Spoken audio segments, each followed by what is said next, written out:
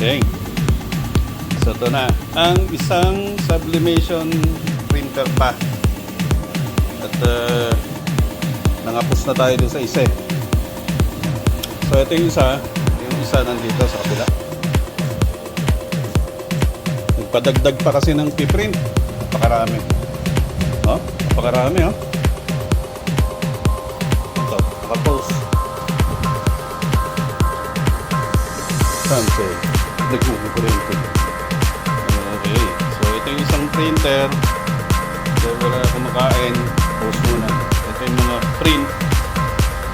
Parang 60,000 na yata pinadagdag nito.